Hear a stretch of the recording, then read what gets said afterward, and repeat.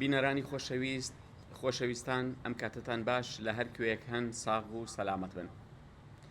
خۆشەویستان لەگەڵ میوانەکەم بەڕێز کاک دڵشاد موانی گفتوگۆکەین لەسەر کەیسی نەوت لە نێوان هەرێمی کوردستان و بەغداددا. ئەم کەیسە بۆچی گەیشتووەتە بنبەست و ئەو سەری دیار نییە؟ کێشە سەرەکیەکانی کەیسی نەوت لە نێوان هەرێمی کوردستان و بەغداد چییە؟ ئایا کێشەکان یاسایین یاخود بازرگانین یاخود سیاسین؟ بۆچی هەرێمی کوردستان هێندە بە گومانەوە سەیری کۆمپانیای سۆمۆ دەکات؟ گرفتەکان چین لەکوێدان؟ گرەی شانزە چییە؟ بە وردی باس لە گرەی شانزە دەکەین کە کاک دڵشاد موانی لە وڵاتی بەریتانیاوە وەڵامی پرسیارەکانمان دەداتەوە کە بەڕێزیان یەکێکن لە کەسە زۆر ورد و بەسەلیقەکان لەم بوارەدا. کاک دڵشاد سپاس ئەوەی کە کاتت بە ئێمەدا، سپاس بۆ ماندووبوونت. سپاس بۆ دۆش کاک اسماعیلی بەڕێز، سپاس بۆ ئێوەش. کاک دڵشاد لە پرسیاری یەکەمەوە دەست پێەکەین کە ئایا هۆکاری سەرەکی چەقبەستووی ئەم هەناردەکردنی نەوتە لە نێوان هەرێمی کوردستان و بەغداددا چییە؟ بەڵێ سەرەتا بە ناوی خوا کاک اسماعیلی بەڕێز زۆر سپاس بۆ جەنابێت. خۆی ئەم پرسیارەی جەنابێت بەڕاستی کاک اسماعیل پرسیارێکی زۆر گرنگە بۆ کردنەوەی دەرگای باسەکە. یعنی تۆ بیهێنە بە چاوی خۆت کاک اسماعیل، کێشەکە وەک سێ قوفڵی گەورە وایە کە لەسەر یەک دەرگادان نرابێتن، یا بۆ قەپاتکردنی یەک دەرگا سێ قوفڵی گەورە بەکار هاتبێ، بەبێکردنەوەی ئەو قوفڵانە پێکەوە هەمویان پێکەوە دەرگای هەناردەکردنەوەی نەوتی هەرێمی کوردستان ناکرێتەوە. یعنی هۆکارەکە تۆڕێکی ئاڵۆزە لە سێ کێشەی سەرەکیدایە بەڕاستی. ئەویش کێشەی یەکەم لە کێشەی یاساییە کە خۆی لە شێوازی تەفسیرکردنی بەندەکانی دەستوری عێراق و بڕیارەکەی دادگای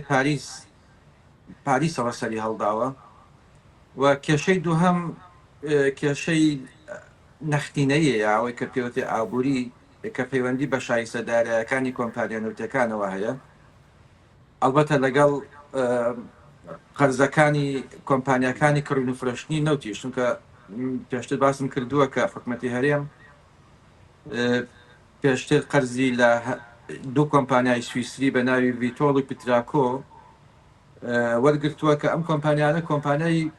کڕین و فرۆشتنی نەوتن، یعنی نەوتە کڕن و ترێدینی پێوە ئەکەن ئەیفرۆشنەوە. بەڵێ طبیعی ئەم دوو کۆمپانیا وەکو باسمان کرد دوو کۆمپانیای سویسرین چاوەڕێی ئەوە ئەکەن بۆ دانەوەی قەرزەکانیان حکومەتی هەرێم کارگۆی نەوتیان بۆ بنێرێ، یعنی شیپمنت ئیترمانی دوو شیپمنتە سێ شیپمنتە، یعنی بەپێی بەرهەمێنانی حکومەتی هەرێم دوجار ئەو قەرزە لە ڕێگەی شیپمنت و کارگۆی نەوتەوە ئەدرێتەوە. یعنی ئەمە کێشەی دووهەمە کە من باسەکەم کە کێشە ئابوووریەکەیەتی. لەگەڵ ئەوەیە ئێمە کێشەی سیاسی قوڵیشمان هەیە کاک اسماعیل لە نێوان هەولێر و بەغدایە لەسەر شێوازی بەڕێوەبردننی سامانی سروشتی بەگشتی بە تایبەتی نەوت. اینجا پاشان ئێمە گرفتی اختلافی عقوداتمان هەیە، ئەوەی کە پێوتێت جیاوازی لە جۆری گرێبەستەکانە کە ئەکرێت ئەمەشە گرفتێکی تر بێت بۆ زیاتر چەقبەستووی هەناردەی نەوتی هەرێمی کوردستان. کابوو کێشەکان کێشەی ئابووری هەیە، کێشەی سیاسی هەیە، کێشە یاسایی هەیە، و هەندێک گرفتی لاوەکی تریش هەیە کە ئەکرێت ئەوانیش بە شێوازی خۆیان بەربەست بن، مەسەڵەن وەکو ئەوەی کە تێگەیشتنەکان لە بەندە دەستوریەکان لە بینی حکومەتی عێراق و حکومەتی هەرێما بەڕاستی گرفتێکی زۆر گەورەیە. ئەمانە هەندایەک هەستاوە مادەی 111 دەستور و مادەی 112 دەستورە. باس لەواکە هەموو ئەوە جەنابەت ئاشناتری تەبعاً بەوە مادەی 111 باس تەفسیرات بەڵێ کاک ئیسماعیل تەفسیراتەکە گرفتە یعنی مادەکە مادەیەکی ناڕوونە یان نیمچە ڕوونە ینی کۆتایی ینی بۆیە من هەموو جارە ئەڵێم لە ئێستاە بۆ ئەوەی لە دەستوری عێراق لەو ناڕوونەی دەستوری عێراق نەجاتمان بێ پێویستمان بە یاسای نەوت و غازە لە عێراقا ینی ئەو پێوتر یاسای نەوت و غازی فیدراڵی بەڵێ جا یاسای نەوت و غازی فیدراڵیش کاتێک کە ئەنووسێتەوە لە پەرلەمانی عێراقا من دڵنیام بەلانی کەمەوە 2 ساڵ زیاتری پێویستە بۆ چونکە هەر سروشتی تێپەڕاندنی یاسا لە پەرلەمانی عێراقا سروشتێکی زۆر بەڵتیە یعنی تەمەڵە بە زەحمەت ماسەەن دەنگی لەسەر کۆکرێتەوە و ئەگەنە زۆرینە بە تایبەتی ئەو یاسایانی کە پەیوەندی بە نەوت و غازەوە هەبێ هەر زۆر خاوترە بێ هەتا ئەو کاتە کە یاسایەکی فیدراڵی وەکو کۆکەرەوەیەک بێ وەکو چەتێک بێ بۆ هەموو پیشەسازی نەوت و غازی عێراقی ترمیک ضمنی پارێزگاکان یا ئیلە ئاخریهی هەتا ئەو کاتە ئەو یاسانە نووسێتەوە ئەم جۆرە گرفتانە هەر بەرداوامەدن کاک دڵشادە و قسەیە تا چەند ڕاستە باس لەوە کرێت کە ئەم یاسایی ئەم ڕەش نووسە یاسایی نەوت و گازی کە ئێستا لە عێراق تا ڕادەیەک ئامادەکراوە باس لەوە کرێ بە تایبەتی ئەگەر هەڵەنە بم جەوهەر نامێق لە یەکێک لە کتێبەکانیا کە بە ناوی کورد لە نێوان گەمە یاساییەکاندا باس لەوەکە کە ئەم یاسایە لە ساڵی 2002 واتە پێش ڕووخاندنی ڕژێمی بەعز لەلایەن ئەمریکاوە ئەم یاسایە لە نێوان کۆمپانیا ئەمریکیەکاندا ئامادە کراوە بۆ ئەوەی لە عێراق جێبەجێ بکرێت ئەمە قسەی تا چەند ڕاستە زۆر ئاگادار نیم لەسەر ئەوە کە ئیسماعیل وە ئەگەر تۆمە بەس یاسای نەوت و غازی حکومەتی عێراق بێ وەکو ڕەشنووس پێ ئەچێ یاساکە نووسرا بێ بەڵام وەکو دەنگدان کە خرابێتە بەرنامەی کاری پەرلەمان و دەنگی لە سەدرابیەوە ببێ بە چەترێک ئیتر کەس ناتوانێت لێ دەرچێک هێشتا ئەو یاسا بەڕاستی نەگەیشتە ئەو حاڵەتە بەڵام سێرکە کاک ئیسماعیل ئێمە لە کوردستان دەستورمان نییە بەڵام یاسای نەوت و غازمان هەیە لە عێراق دەستور هەیە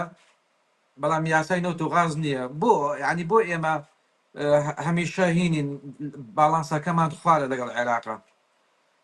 چونکە یاسای نەوت و غاز لە عێراقا زۆر بە زەحمەت ئەتوانرێت دەنگی لەسەر بدرێ ئەو غموزیەتەی کە لە دەستوریشا هەیە زۆر لەبارە بۆ عێراق بۆ ئەوەی لە ڕوانگەی تەفسیراتی خۆیەوە بۆ دەستور بتوانێت هەیمەنەی خۆی لە پیشەسازی نەوت و غازە لە سەرتاسەری عێراقا بسەپێنێ طبیعی لەم کاتەیە کە یاسای نەوت و غاز نیە لە عێراق حکومەتی هەرێمیش کاتێک کە سەیری بەندەکانی دەستوری عێراقی کردووە بۆ ئەوەی لی تێبگات تا بزانێت تا چ چالاکیە پیشەسازەکانی خۆی لە پیشەسازی نەوت و غازە جێبەجێکە هاتۆ تەفسیراتی تایبەتی بۆ کردووە تەفسیراتەکانی حکومەتی هەرێم یەک ناگرێتەوە لەگەڵ ئەو تەفسیراتانەی کە لایەنە عەرەبیەکان یا عەرەب بەسنۆشی ئەوە ئەیکەن لە عێراق بۆ هەمان دەستور اینجا طبیعی حکومەتی هەرێم پێش ئەوەی کە گرێبەس واژووکە لەگەڵ کۆمپانیا بیانەکانە ئەوەی کە ئەگەڕێتەوە بە ساڵی 2005 و حوت و ئیلە ئاخریهی چونکە لە بیرمانە چێت دیێنەوەی ساڵی 2005 گرێبەستی واژوو کردووە هەچەند گرێبەستەکەی DNO کەوتۆتە پێش نووسینەوەی دەستوری حکومەتی هەرێمیش لە پەرلەمان چی کردووە حکومەتی هەرێم ڕەشنووسی یا دەستوری عێراقی خستۆتە بەردەست کۆمپانیاکان بۆی ئەوانیش تەفسیراتی خۆیانیان هەبێ بۆ دەستورە یعنی هەر تەفسیراتەکە تەفسیراتی حکومەتی هەرێم نەبێ کۆمپانیاکانیش هاتوون هەمان تەفسیری حکومەتی هەرێمیان کردووە بۆ هەمان بەندەکانی دەستوری عێراق بۆ چونکە دوجار ئێمە کۆمپانیا بیانەکان لە عێراقا لە ژێر سێبەری ئینگلیش لۆیە هاتوون ئەو گرێبەستانیان واژوو کردووە پرۆدەکشن شێری کۆنتراکت یعنی جۆری تەفسیرکردنی حکومەتی هەرێم لەگەڵ جۆری تەفسیرکردنی کۆمپانیا بیانەکان بۆ دەستوری عێراق بۆ ئەو بەندانێک کە پەیوەندی بە نەوتۆ لە دەستوری عێراق ڕێکۆک یەک وایە باشە ئەمە تەنها پەیوەندی بە ئەمە تەفسیراتی حکوومەتی عێراق بەرژەوەندیانی چی جیاوازە. کردوێتەوە کاک دڵشادیا چۆن ئەوان توانی هەمان تەفسیری حکوومەتی خۆی هەرێمیان کردووە؟ ئەو قسە زۆر تەواوە، هەم بەرژەوەندیە هەم شێوازی تەفسیری قانونیە بۆ دەستوری عێراق هەردوو لایە بۆ چونکە طبيعي لعقوداتی نەوتی هەرێمی کوردستانە کۆمپانیەکان زۆر مرتاحترن لە شێوازی ئەو پشکانەی کە حکوومەتی هەرێم مەسەرەن پیان ئەدات لەگرێبەستی دڵشاد بۆچی ببوورە لێرە قەتڵەتەکەم بۆچی کۆمپانیەکان مرتاحن کە لەگەڵ هەرێم کار بکەن وەک ئەوەی کە ناچنە ژێرباری بەند و باوەکانی حکوومەتی عێراقی؟ آخر کاک ئیسماعیلی بەڕێز یانی تۆ بیرکەرەوە دڵنیام تۆ ئەوەنە گەورە نیت کە هیندت لەبیر بێت یعنی خۆماڵیکردنی نەوت لەبیر بێت لە عێراقا لە زمانی سەدام حوسێنە لە 1970 بووە بزانم ئەگەر هەڵە نەبم عێراق هات نەوتی خۆماڵی کرد یعنی چی نەوتی خۆماڵی کرد یعنی ئەو گرێبەستەی کە هەبوو بە ناوی گرێبەستی کۆنسیشن لە بینی کۆمپانیاکان و حکوومەتی عێراقا هەبوو ئەم گرێبەستانەی بە تەواوی هەڵوەشاندەوە سەدام حوسێن بۆ چونکە زەرمەندی یەکەم لەو گرێبەستانەیە خەڵکی عێراق بوو یعنی عێراقیەکان بوون حکوومەتی عێراق بوو بۆ چونکە پشکێکی زۆر لاوەکی کە پێوترا ڕۆیاڵتیەکی کەم بۆ حکوومەتی عێراق بوو و گرێبەستەکان گرێبەستی درێژخایان بوون بە یعنی لە 50 بۆ 100 ساڵ بوون کۆمپانیەکان خاوەنداری نەوتی عێراقیانە کرد فرۆشتنی نەوتی عێراق لەژێر بە ناوی کۆمپانیەکانەوە بوو لە 1970 بۆ سەرەوەی داهاتی نەوت بۆ کۆمپانیەکان بوو بەپێ ئەو گرێبەستی کۆنسیشنە عێراق هات نەوتی خۆماڵی کرد یعنی چی کرد نەوتی بەسەرەتا ئەو بەغدانی هەمی هەڵوەشاندەوە لەگەڵ کۆمپانیانەیە تاکلایانە طبعا و کۆمپانیەکانی دەرکرد کاک دڵشاد حکوومەتی عێراق دەتوانێت شتێکی لەم شێوەیە بکات؟ ئەخر حکوومەتی عێراق ئێستاش هەر لەسەر شێوازی ئەو گرێبەستانی کە لە زمانی سەدام حوسێنە واژوو کراوە دوای خۆماڵیکردنی نەوت ئێستاش ئەو جۆرە گرێبەستانە واژووەکە کە پێوتێت سەرویس کۆنتراکت بەڵام لە هەرێمی کوردستان جیاوازە یعنی خوداتی نەوت لە هەرێمی کوردستان پرۆدەکشن شێرینگ کۆنتراکتە کۆمپانیەکان خاوەنداری پشکێک لەوە بەرهێنانی نەوت ئەکەن ئەمەش هینە یعنی ڕیسکی هەیە طبیعی بۆ چونکە حکوومەتی هەرێم هیچ پارەیەک تەنخان ناکات بۆ گەڕان بە دوای نەوتە و هیچ پارەیەک تەنخان ناکات لە گیرفانی حکوومەت یعنی لە بودجێ حکوومەت بۆ درێڵین یا بۆ بەرهێنان یا بۆ هەناردەکردن لە 100% ئەم تێچوون و ڕیسکە لە ئەستۆی کۆمپانیەکانە لە ئەنجامە کۆمپانیەکان شێرینیان هەیە پشکێک لە نەوتی بەرهەمهاتوو وەرەگرن ئەمە زۆر شتێکی نۆرماڵە لە هەموو عالەمە بۆ من لە ئیندۆنیزیا ئێمە پرۆدەکشن شێرینگ کۆنتراکتمان هەیە لە مالیزیا هەمانە لە زۆربەی وڵاتەکانی دنیا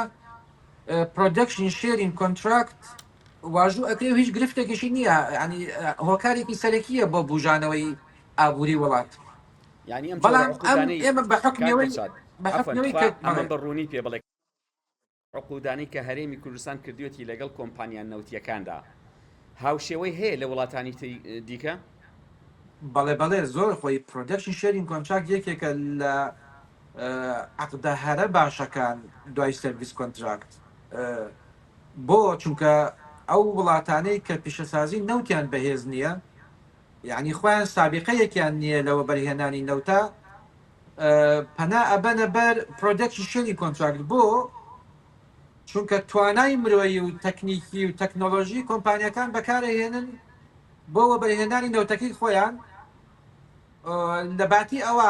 لە بارتەقای ئەوەی کە ئەمەە احتیمادەکەنە سەر ئەو کۆمپانیاوە بەرهێنەکان کۆمپانیاوە بەرهێنەرەکان پشکیان هەیە لە نەوتی بەرهەم هاتوو ئەمە شتێکی زۆر نۆرمەڵە بەڵێ لە مالیزیا هەیە لە ئیندۆنیزیا هەیە لە کازاخستان هەیە لە ئازەربایجان هەیە هەتا لە هەندێک وڵاتی ئەوروپیش هەیە ینی پرۆدەکشن شێرینگ کۆنتراکت هیچ گرفتێکی نییە بەڵام گرفتەکە لە چیایە گرفتەکە لە هەبوونی یاسای باج و خەراجایە یا مەسەن تەکس لۆ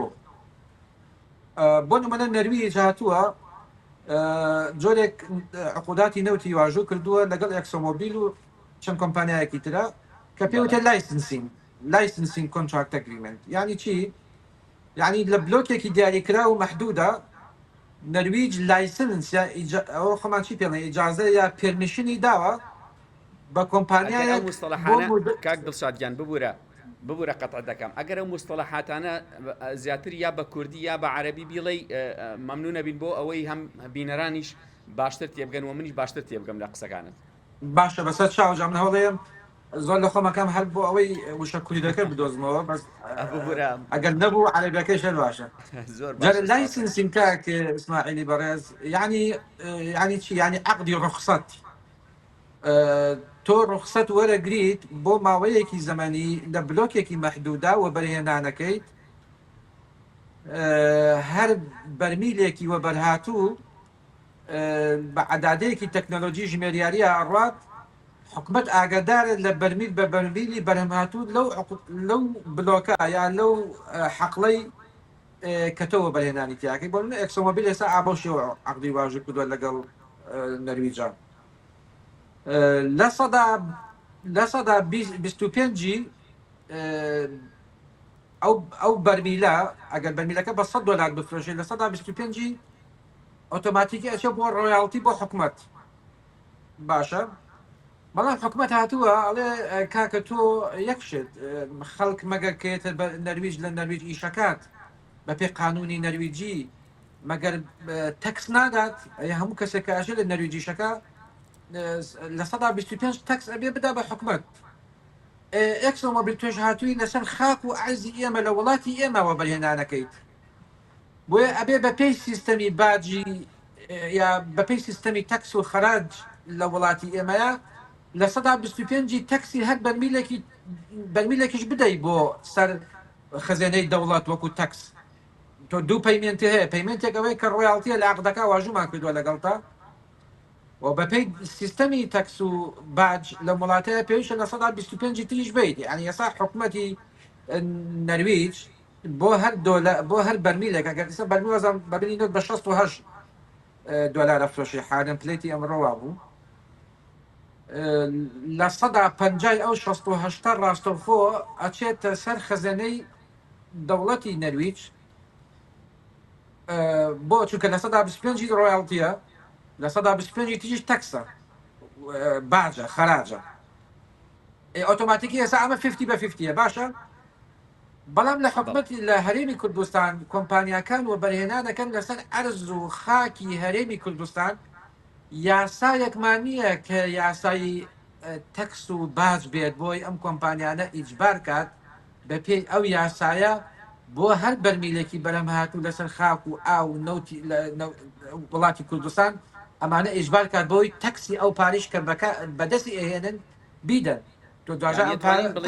یانیتوانین بڵین ئەو کۆمپانیانەی کە وەبەرهێنانەکەن لە هەرێمی کوردستانە وەکو جەنابەت فەرمووتان لەسەر ئەرز و خاک و نەوت و ئاوی هەرێمی کوردستان و توانای هەرێمی کوردستان 1 دینار باج نادەنە هەرێمی کوردستان خۆی سەرەتا کە عەقدەکان واژووەکەن وەکو حەلاوە یا وەکو بۆنیس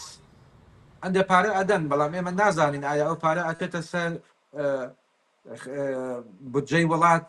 یا دواتر چی لێت لەوە بەرهێنانە بەکارێت یعنی ئەوە پەیوەندی بنەوە نیە و هینی منیش نییە یعنی بەڕاستی اختصاصی من نییە بەڵام لە ئەساسا کە عەقدەکان واژوو کردووە ئەکرێ هەندێک شتە درێت بەڵام دوجار ئەو کۆمپانیانەی کە وەبەرهێنانەکەن لە کوردستانە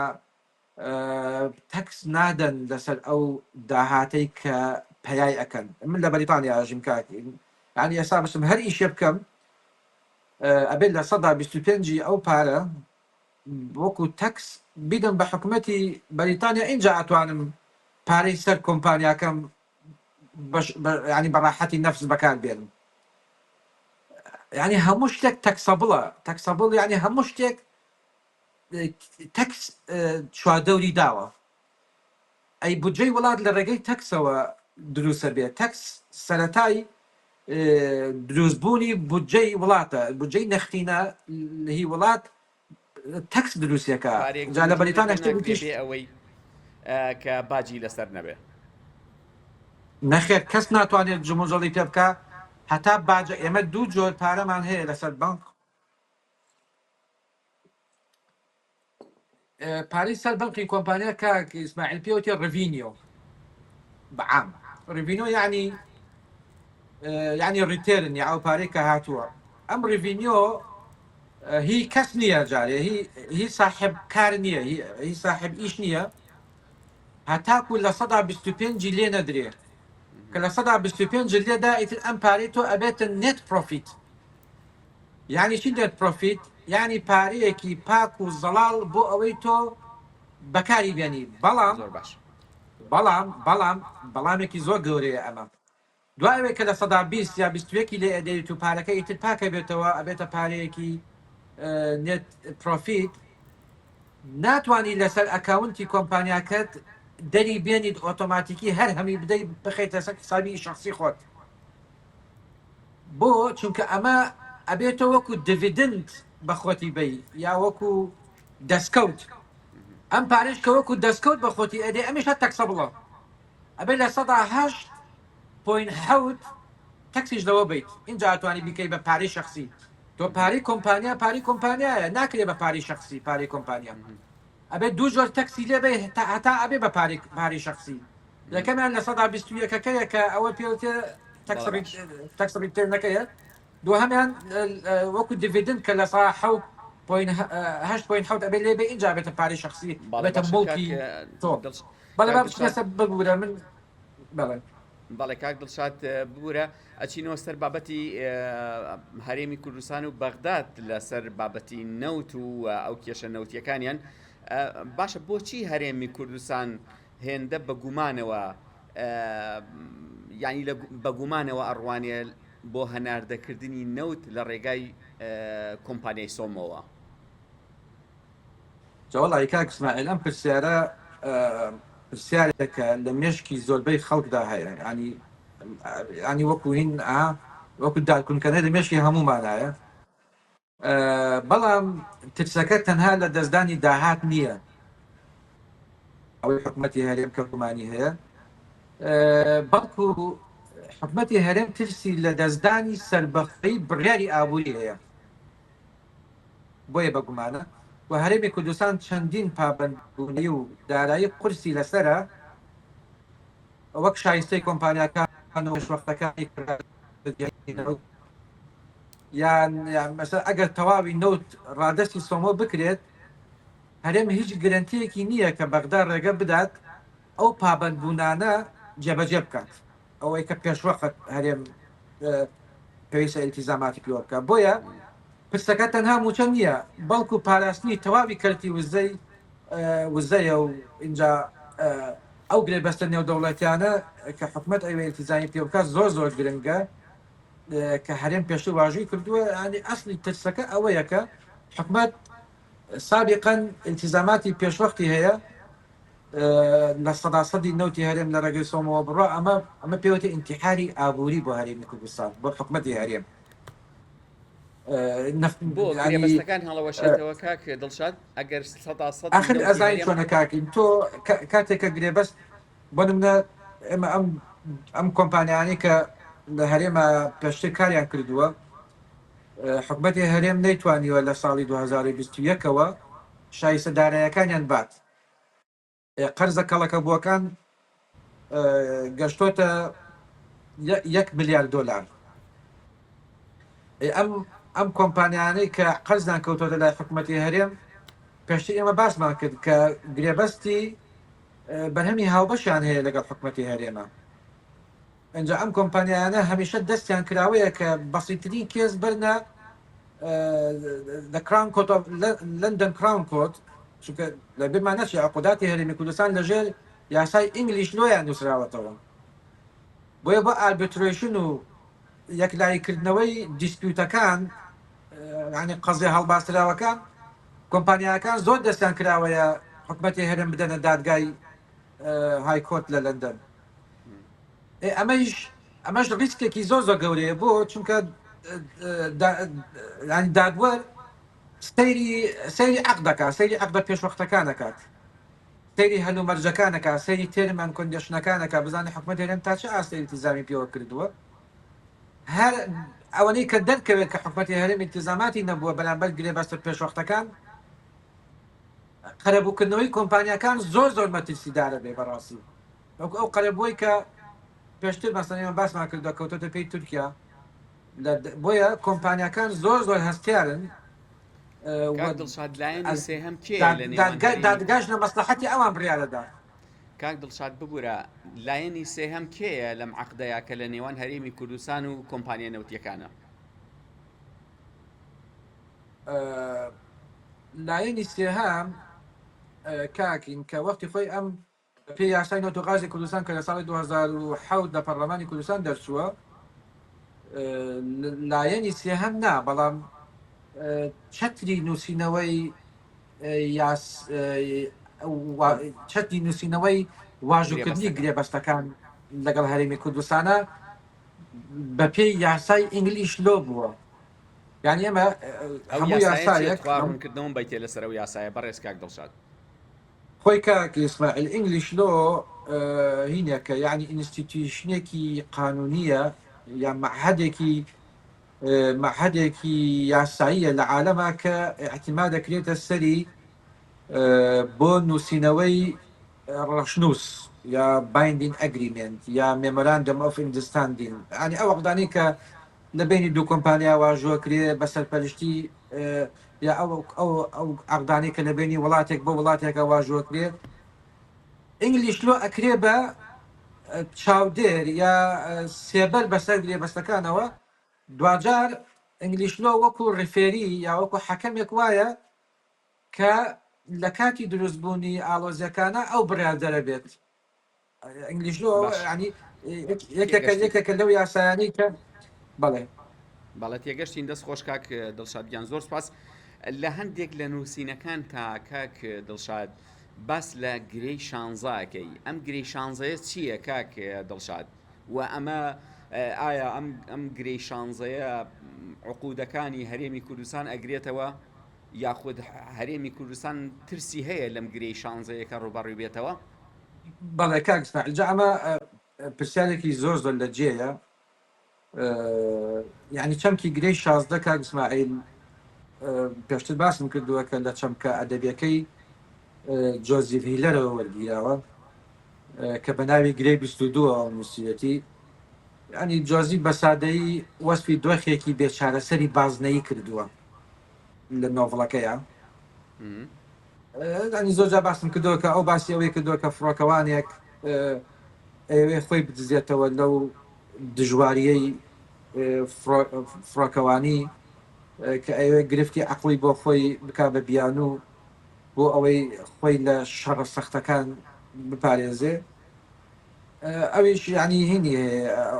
هەموو جارێ بەخۆیڵێ ئەم دەجار وەکو سەربازێک ئەمە دەستنیشان کراوە لە هەندێ ئەدەبیاتی ترا. ئەویش بەخۆیڵێ ینی تۆ ناتوانانی شێتی خۆت بسەلمێنیت بۆ چونکە یاسایەک هەیە بە ناو یاسای 22 کە ئەڵێ تەنها مرۆڤە ژیرەکان ئەتوانن خۆیان لە مەترسیەکانی فڕین بپارێزن. بۆیە تۆ ئەگەر بڵێ من گرفتی مێنتاڵیم هەیە و خۆم واز لە ئەمە بێنم ناتوانین بۆ چونکە تۆ لە ئەنجامە خۆت لە جەنگە پارێزی لە کاتی جەنگە ئێستا. بۆیە ئەو یاسا ئەڵێ تەنها خەڵکە ژیرەکان، بۆیە ینی ناگاتە نەتیجە. ینی ئێستا کاکین بەغدا دەڵێ نەوت بنێرە تا پارە بدەین، کۆمپانیەکانیش دەڵێن پارە و گەرنتی بدە تا نەوت بنێری. ئەم دوو داواکاری دژبەیەەکە داوا لە کۆمپانیەکانەکە بەغاڵە نەوت بنێرە تا پارەتان بدەینێ تا پارەی کۆمپانیەکان بدەین، ئەوەی $16 لە ئاخری. ئەوانیش ئەڵێن نەخێر پارە و گەرنتی بدە تا نەوت بنێری. اینجا حکوومەتی هەرێمیش لە نێوان ئەم دوو داواکاری دژەیە ینی گیری خواردووە، ینی هەموو لایەک چاوەڕی ئەوی ترەکە، بۆیە هیچ لایەک ناتوانێت بجوڵێت. ئەمە ئەو بازنە داخراوەیە کە جۆزیف باسی کردووە لە نۆڤڵەکەی خۆیان کاک ئیسماعیل بۆیە من بە ناوی گرێی شانزەوە ئەم نووسیوە یعنی تۆ ناگەیتە نەتیجە هەمیشە لۆژیک و یاسا لەگەڵ یەکە گرفت دروستەکەن ینی منفەزێک نادۆزیتەوە بۆی لەو باز نەداخراوە دەرچیت بۆیە من بە ناوی گرێی شانزەوە کاک دڵشاد دەست خۆش زۆر جوانت ڕوون کردەوە بەڵام ئەتوانین بڵین هەرێمی کوردستان هیچ منفەزێکی هەیە لەم دایرە داخراوە بێتە دەرەوە یاخود حەل چییە بۆ ئەوەی لەم دایرە داخراوە بێتە دەرەوە و بتوانێت مامەڵەیەکی دیکە بکە لە غەیری گرێی شانزە وەڵی کاک ئیسماعیل جا من هینێکم سیناریۆیەکم بەڕاستی نووسیوە لە پێشتیش بڵاو کراوەتەوە بە ناوی سیناریۆی ڕێگەی سێەم ڕێگەی سێەم کاک ئیسماعیل سیناریۆیەکە کە یارمەتی هەم حکومەتی هەرێم و هەم حکومەتی عێراقیش ئەدات و یارمەتی کۆمپانیەکانیش ئەدا و یارمەتی بجەخۆرانی خەڵکی کوردستانی شەدا بۆ ئەوەی هەر 4-5 لایەن لە ناو پلانێکی لە یەک تێگەیشتنە مەسلحەتەکانی خۆیان ببینەوە بەڵێ یعنی کاکینگیان با من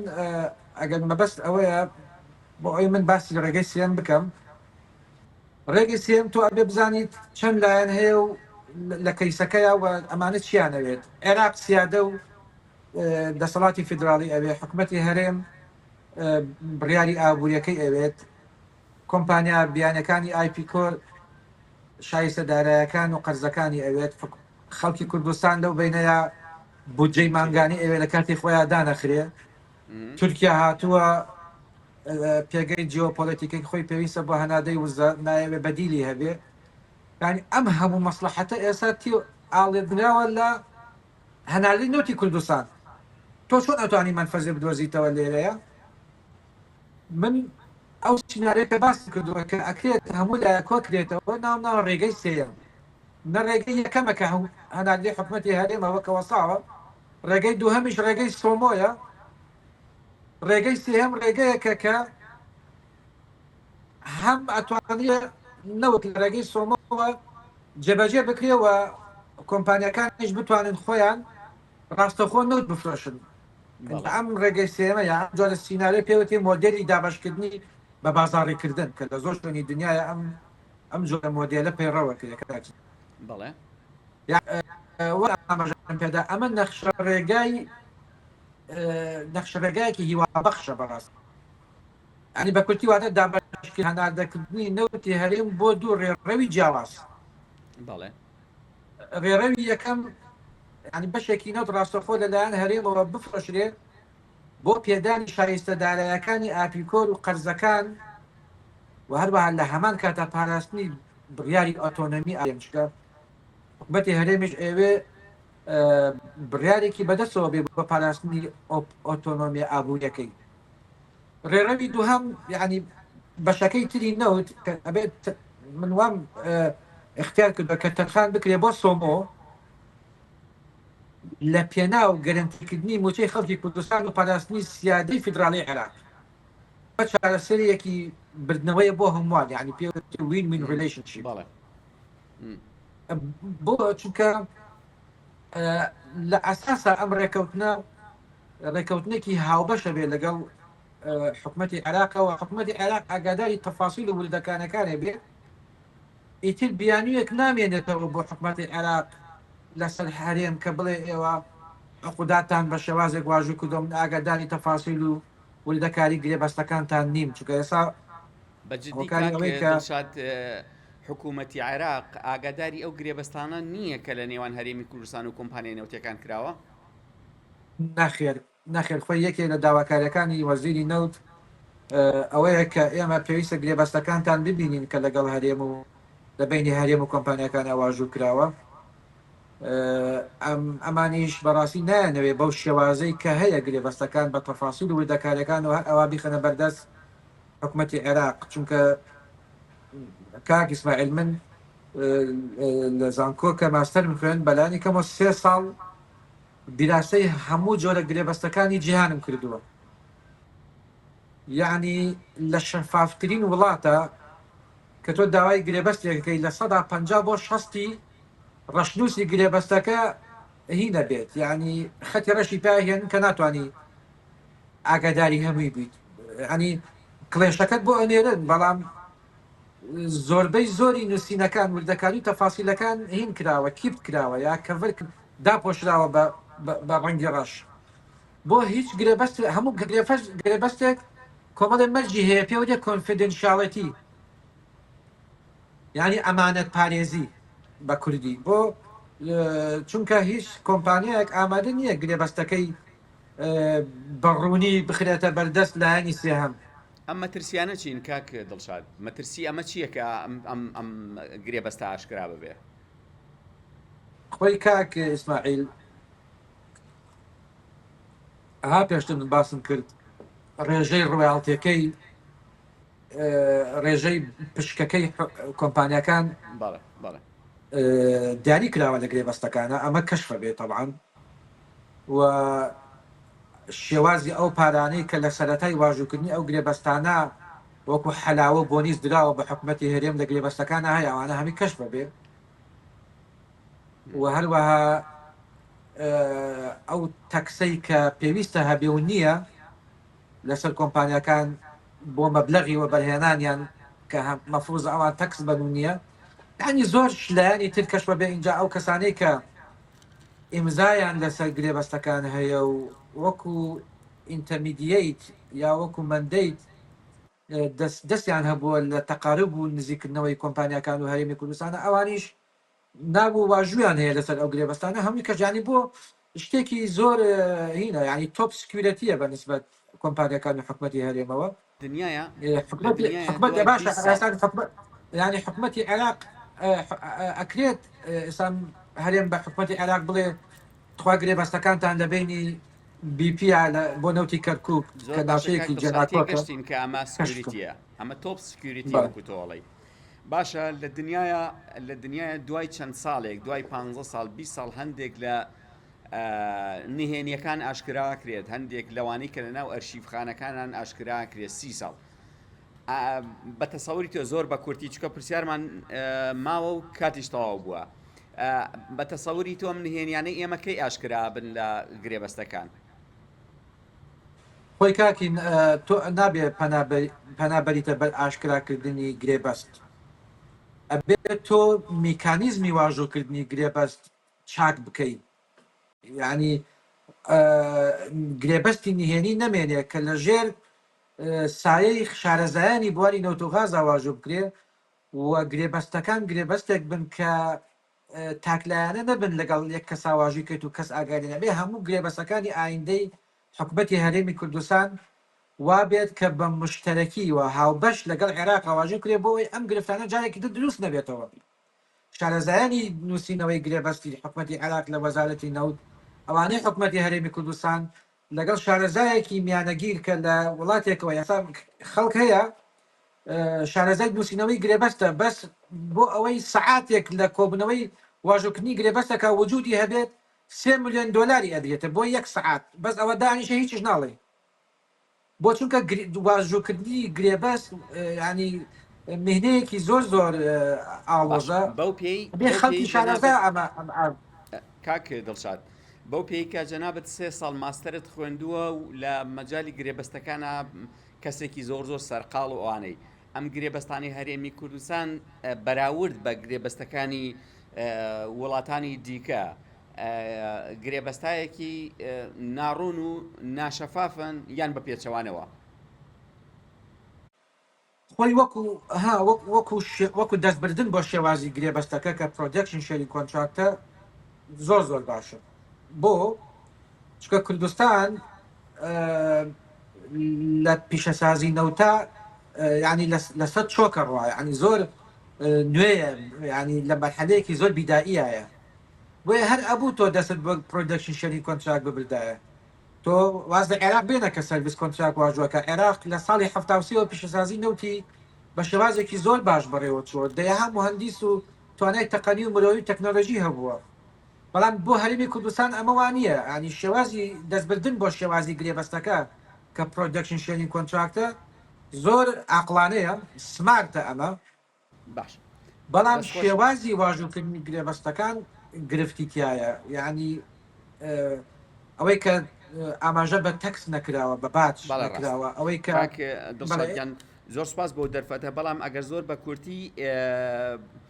باس لە گروپی ئەپیکۆبمان بۆ بکەی ئەم گروپی ئەپیکۆیە چەند خۆتەزانی لە ماوەی ڕابردوودا یاخود لە ماوەکانی ڕابردوودا لە ساڵانی زۆر ڕابردوودا ئەگەر لەوەشێ دوو لایەن قسەیان هەبوو بێ لە مەجاالینەوەتا یەکێک هەرێمی کوردستان بۆ یەکێک حکوومەتی عێراق بووە ئێستا توانین بڵێن گروپی ئەپیکۆش یەکێکن لەو کەسانەی کە ئەبێ ڕایان هەبێ لە بڕیاردان لە بابەتی هەناردەکردنەوەی نەوتا کاک ئیسماعیل یعنی گروپی ئەپیکۆر جا ئەمە پرسیارێکی زۆر زۆر جەوهریە بۆ چونکە ئەمە خۆی ئەسلی مەوزوعەکە ئەمەیە بەڕاستی ئەوەی کە پەیوەندی بە هەرێمی کوردستانەوەیە خۆتەزانی ئەپیکۆر لە ساڵی 2023 ئەو کاتێککە نەوتی هەرێم وەسەندرا و قەرزێکی زۆر کەڵەکە بوو بەلای حکوومەتی هەرێمی کوردستان ئەو کۆمپانیانەی کە قەرزیان لای هەرێمی کوردستان بوو و نەوتەکەش وەسەندرا هاتن ینی دڵێکیان لا یەک کرد هاوپەیمانەتێکیان دروست کرد بزانین نەتیجەی داهاتوی ئەم کۆمپانیانە چی لێ دێت و بەرهێنانێکی زۆریان کردووە عقدیان هەیە لەگەڵ حکوومەتی هەرێمە پرۆدەکشن شوێنی کۆنتراکت قەرزیان هەیە لای حکوومەتی هەرێم کە ئەگاتە ملیارێک نەوتەکەش وەسەندراوە بۆیە هاتن دانیشتوتیان چی بکەین بۆیە هاوپەیمانەتێکیان دروست کرد بە ناوی هاوپەیمانی ئەپیکۆر یعنی ئەم پرسیارێکی زۆر زۆر گرنگە سەرەتا پێویستە ئەوە بزانین کاک ئیسماعیل کە ئەپیکۆر بزوێنەری کردداری پرۆسەکەیە یعنی وە بەرهێنانی نەوتی هەرێمی کوردستانە بەبێ ئەوان بۆری هەناردەکردنی نەوت بۆ تورکیا بۆ جێهان بەتاڵە بێت چونکە ئەپیکۆر لە 16 نەوتی هەرێم بەرهەمدێنێ هەڵوێستی ئەوانی ڕوونە ینی ئەڵێن ئێمە ئامادەین سبەی نەوت هەناردە بکەینەوە بەڵام بەمە جێک گرنتیەکی یاسایی و بانکی تەوامان بدرێتێک کە مافەکانمان یا قەرزەکان کە تەڵەکە بووە پارێزراو بێ و گرێبەستەکانمان پارێزراو بێ و احترامان بگیرێ یەشتا هەتا ئەم شرکەساتی کە ئێمە قساکەین لەگەڵیەکە ئەپیکۆر لەسەر ئەم بڕیارەی خۆی لای نەداوە ئەم مەرجانەی هەیە کە ئەبێت باینگی ئەگریمنتێک هەبێ کە پشکەکانیان پارێزراوی و میکانیزمێکیش هەبێ بۆ دانەوەی قەرزەکانیان و پاشان میکانیزێکیش هەبێ بۆ ئەوەی کە ئەو پشکەی خۆیان منزڵنی نەوتی هەرێمی کوردستان کە ئەفرۆشرێ ینی بچێتە سەر بەنقێکی واکە پارێزراو بێ نەبێتە هۆکارێک لە ململان سیاسەکانە ینی نەفەوتی ئەو پارەی ئەوانش کاک دڵشاد زۆر سپاس ئێستا کۆمپانیە نەوتیەکان لە کار وەستاون یاخود چۆن ڕازی ئەبن بەوەی کە حکوومەتی عێراق و حکوومەتی هەرێمی کوردستان و ئەم چەقبەستویەی کە ئێستا حکوومەتی هەرێمی کوردستان و حکوومەتی عێراقی تێدایە ببێتە هۆی ڕاگررتنی کاری ئەو کۆمپانیانە یاخود ئەو کۆمپانیانە ئێستا چیەکەن سەرقاڵی چین لە هەرێمی کوردستان خۆی ئەمەش ینی بەڕاستی لایەنێکی ئیجابیە بۆ کۆمپانیا بیانەکان کە سەرڕای ئەوەی کە نەوتەکەیان بە شێوازێکی ڕاستەوخۆ بۆ بازاری وزەی جیهان ڕاوەستاوە بەڵام هێشتا توانیانە لەسەر پێی خۆیان بۆستن باوەڕیشان وایە کە ئەو تەفسیرەی کە هەیەن بۆ دەستوری عێراق کە سەرەتا ئەو عەقدیان واژوو کردو تەفسیرێکی ڕاست و دروستە بۆیە ماونەتەوە لەسەر پێی خۆیان بەڵام داهاتەکانیان ئەو داهات ئەوە بەرهێنانی کە ئەیکەن تەنها لە ناوخۆی کوردستان و عێراقا بەڕاستی سەرفەکرەیە ئەفرۆشن و بە پارەیەکی کەمتر ئەم نەوتە ئەفرۆشن نسبەتەن بە ئەوەی کە نەوتەکان بگاتە بەندەری جیهان و لە بازاری جیهانیا بیفرۆشن بەڵام هێشتا ماونەتەوە لەسەر پێی خۆیان و چاوەڕێی ئەمەلێکەکەن کە گرفتەکانیان حەل بکرێەوە بگەنن ڕێکەوتنیە کە ئەوانیش دووبارە دەستکەونەوە بە هەناردەی نەوتی هەرێمی کوردستان لە 16ەکە بە عەدەدێکی زۆرەوە یعنی ئێستا هەرێمی کوردستان چەند ملیارد دۆلاری کۆمپانیەکان قەرزارە؟ کاک ئیسماعیلیانی هەندێک جار ئینسان لە کاتی ریسێرچ و بە دادگەرانەکان و پەیوەندیەکان یا هەندێ فیگەر یا هەندێ مەبلەغ ئەویسێ کە ئینسان تووشی شۆکەکە بەڕاستی، بەڵام ئەوەی کەم لای من ئیسپات بووە و ئەتوانم دەست خەمەسەر دڵم و بە عالمی ئاشکرا بڵێم کە دوو جۆر قەرز لەسەر حکومەتی هەرێمی کوردستان هەیە لە ئێستاە. قەرزی یەکەمیانەوە هەموو خەڵکەزانێت کە پەیوەندی بە قەرزە کەڵەکەبووەکانی کۆمپانیا و بەرهێنەرەکانی هەرێمی کوردستان بووە، زۆر دانی بە تایبەتی گروپی ئایپیکۆرن کە ئەگاتە ملیاردێک دۆلار، و پاشان دوو قەرزی تریش هەیە یا من ناوی 4-5 کۆمپانیای تری ئەزانم بەڵام نامەوێت باسییان کەم، ئەوەی کە زۆر جەختی لێ ئەکرێتەوە کۆمپانیای ڤیتۆڵ و پیتراکۆیە. تەگەی ڤیتۆڵ و پیتراکۆ هەردووکان دوو کۆمپانیای سویسرین. ئەم کۆمپانیانە ینی کڕین و فرۆشتی نەوتەکەن لە جیهاندا، و حکومەتی هەرێمی کوردستان دوایەوەی کە بودجەی خەڵکی کوردستان یا هەرێمی کوردستان لە بەغا بڕا، ینی پەنای بردووەتە بەر وەرگرتنی پارە لەم دوو کۆمپانیا سویسریە بۆ ئەوەی لە داهاتووە بتوانێت نەوتی و بەرهاتووی کۆمپانیەکان بە شێوەی کارگۆ یا بە شێوەی ڤاسڵ شیپمنت پێیان بدات بۆ دانەوەی ئەو قەرزانی کە پێشتر وەریان گرتووە. ئەمە شتێکی واریدە، ینی کاک ئیسماعیل، ئەمە تەنها حکومەتی هەرێمی کوردستان ئەمە ناکات. ینی سەر وێبسایتی ڤیتۆڵ پیتراکۆ دەیهات جۆر گرێبەستی لەم شێوەیان لەگەڵ زۆر وڵاتی جیهان ئاواژوو کردن. دەوڵەت هەیە پێویستی بە پارەیە لە ئێستاە نەوتیشی هەیە و بەرهێنانی هەیە، پیشەسازەکەی لەسەر سکەیە ڕاستەوخۆ ئەم پارانە ئەداتەوە ینی بە نەوت. بەڵام گرفتەکەی حکومەتی هەرێمی کوردستان ئەوە بوو کە هەناردەی نەوت لە 2023 وەسێنرا، کە وەسێنرا ئەم قەرزانە ئیتر خەڵک دوجار ئینەکە، ینی ئەڵێ حکومەتی هەرێم ئێستا 3.3 ملیارد دۆلار داهاتی نەوت قەرزانەکە بیداتەوە بەم دوو کۆمپانیا. اینجا ئەم 3.3 کاکین، ینی تۆ ئەبێت لەوە تێبگەی کە ئەم قەرزە چۆن نەدرێتەوە. ئەم قەرزە دانەوەی ئەم قەرزە پەیوەندی بە چیوە هەیە؟ پەیوەندی بە نرخی نەوتەوە هەیە، ینی نرخی نەوتی ڕۆژانە، و پەیوەندی بەو دیسکاونت و داشکانەوە هەیە کە حکومەتی هەرێم بۆ ئەو دوو کۆمپانیای ئەکات نسبەتەن بە کڕارەکانی تر. یەکێ لە مەرجەکانی واژووکردنی ئەو گرێبەستە کە پێوتێ گرێبەستی ینی پریپەیمنت، ئەوەی کە ینی پارەدانی پێشوەختە، بەڵێ یەکێ لە مەرجەکانەوەیە کە ڕێژەی دیسکاونت و داشکانەکە بە پێی نرخی ڕۆژگار بۆ نمونە لە سادا دەبێت. بەڵێ ینی تۆ ئێستا بۆری تەنکی بەرمیل نەوت بە 68 بێ لە بازاڕە، و ئەمان ئەڵێ بێت لە سەدا دەمان بۆ داشکێنیت یا $10 بۆ داشکێنی ببێ ببێ بە 50. تۆ ئەبێ ئەم داشکانیان بۆ بکەیت، چونکە تۆ پێشوەخت لە گرێبەستەکە کاتێکەوە قەرزەت لێوە گرتوون ئاماژەت پێداوە کە ڕێژەی داشکان و دیسکاونتەکە چەند بێت. بۆی ئەمە دەستکەوتێکی زۆر زۆر گەورەیە بۆ کۆمپانیەکانی کڕیاری نەوت. هەر لەبەر ئەمەیە کە ئەم قەرزە ئەدەن پێشوەخت. زۆر سپاس. کەواتە گەشتی کۆی گشتی 3.3 ملیارد دۆلارە، 3+ زایدەن 1 ملیاردەکەی ئایپیکۆر کە 4.3 ئەکات. ئەمە بە پێی تێگەیشتنی من، بە پێی بەدۆلاتچوونەکانی من، و بە پێی ئەوەی کە لە بەردەستی منە هەیە کە سەلمێنراوە بەڕاستی، وەشتی تریشەیە من نەمتوانێت بیسەلمێنم ناتوانم. ئەمە شیرینیەکەی لەگەڵانیە؟ نا، ئەوانە ئەوەی کە شیرینەکەی لەگەڵایە پەیوەندی بە عەقدەکانەوە هەیە کە 2005 و 2007 ئاڵن سەرەتای واژووکردنی گرێبەستەکان زۆر باش. ئەوەش لە نێو ئەم هەموو ئاڵۆزیانەی کە ئێستا من سەری جەنابتم پێوە ئێشان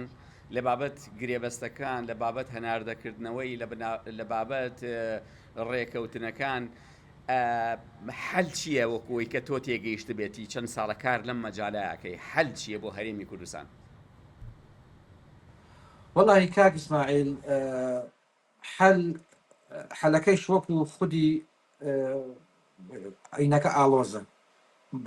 پەیامی من ئەگە تۆ وەکو پەیامێک لە منەوە BBC نەپەکو حەلێکی کۆتایی پەیامین ئەوەیە کە چیتر کاتی ئەوە نییە کە یەکتر بە دۆڕاو سیرکەین چکە ئێمە دەستمان بە هەڵیش کردو بێتمان ینی ئابووری سەربەخۆ و مەسەن عقوداتی سەربەخۆ و ئەوانەیە کە کردومانە ئەگەر هەڵیش بوو بێسەرەتا ئەمەلێک هەبووە کە ئەمە ڕێگەیەکی گونجاوە و ئێستا کۆتایی پێ هاتووە بەڵام ئێمە دەرچە هەیە ینی ڕووناکی هەیە لە ئاسۆوە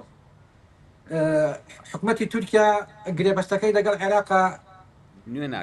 نوێ ناکاتەوە ئەوەی 2000 ئەوەی 1970 ئەمە ینی شتێکی زۆر گەورەیە ینی ئەمە بەڕاستی پێشاتێکی زۆر گەورەیە کە حکومەتی هەرێمی کوردستان کە ئەتوانێت دووبارە هەستێتەوە سەر پێ بەڵام ژیرانە ئەبێت دەست بۆ کارتەکانی خۆی بەرێ بەڕێی من ینی ڕێگەی سێم باشترین ڕێگەیە هەناردەی نەوتی هەرێمی کوردستان بە دوو شێوازێک لە ڕێگەی سۆمەوە بۆ دابینکردنی موچەی خەڵک شێوازێک بە ڕێگەیەکی ڕاستەوخۆ بۆ دانەوەی قەرزەکان و شایستەدارایەکان و پاراستنی هەرێمی کوردستان لە ڕێگەی بڕیاردانی ئابووری سەربەخۆیەکەوە ینی ڕێگەی سێم نیشانی دەدات کە دەکرێت هەموو لایەک براوە بن ینی کاتی ئەوە هاتووە کە لە بری ململانێ بیر لە داڕشن نەخشە ڕێگایەکی نوێ و هاوبەش لەگەڵ حکومەتی عێراقا بکرێتەوە بە دڵێ ئەم سیناری ڕێگای سێمەی کە من مەسەن ئاماژەم پێ کردووە لە دوای مەسەن مانگی حوتی 2026 ئەکرێت کاری لەسەر بکرێت هەندە ئێساوە ئامادە بکرێت تا 2026 مانگی حوت یعنی ئەگەر ئەم ڕێگەی سێمە بەڕاستی بکرێتە قاڵبی جێبەجێکردنەوە ئیتر موچە نابێتە کاتی فشاری سیاسی بەڵکو دەبێتە مافێکی مسۆگەرکرا و لە چوارچەوەی ڕێکەوتنێکی یاساییدا ینی ئەمە پلانێکی کردداریە کە پێویستە بە ئیرادەیەکی سیاسی بێرانەوە دەستی بۆ بەرین ینی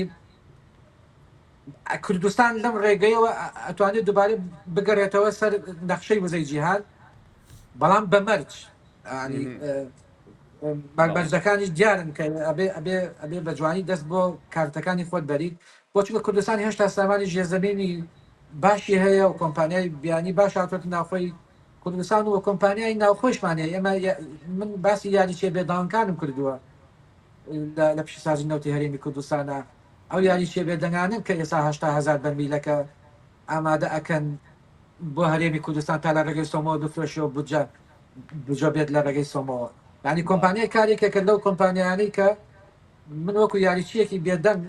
یا گوێ لە مشت و گوێگر بۆ حکومەتی هەرێم سێرم کردووە کە ئەکرێت لەم شێوازەی کۆمپانی ناوخۆ لە شێوازی کار کۆمپانیای ترمان هەبێت ئێمە کە ئەتوانین ئەمەە احتیماد ناکرێتە سەر توانای و بەرهێنانەکانی کار بۆ لەو شێوازە کۆمپانیای ناوخۆیمان نییە زۆر بۆ یەکدانە و دوودانەیە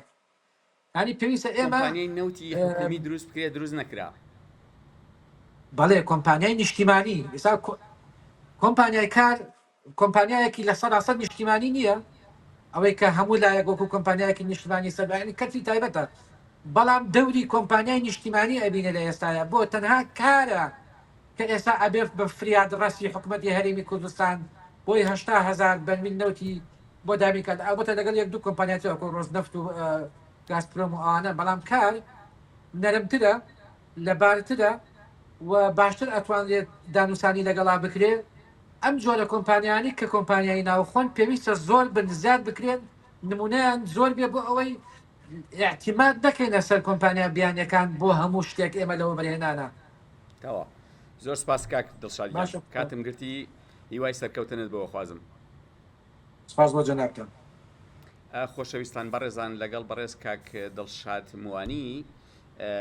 شارەزای زۆر بە سەلیقەورد لە وڵاتی بەریتانیاوە گفتوگۆمان کرد لەسەر کەیسی نەوت و ئاڵۆزیەکانی و ئەو چاقبەستووی کە هەیە گرێبەستەکان وە چۆنێتی دەربازبوون لەم قەیرانە لە نێوان هەرێمی کوردستان و بەغداددا جارێکی دیکە زۆر سپاس بەڕێز کاک دڵشاد موانی کە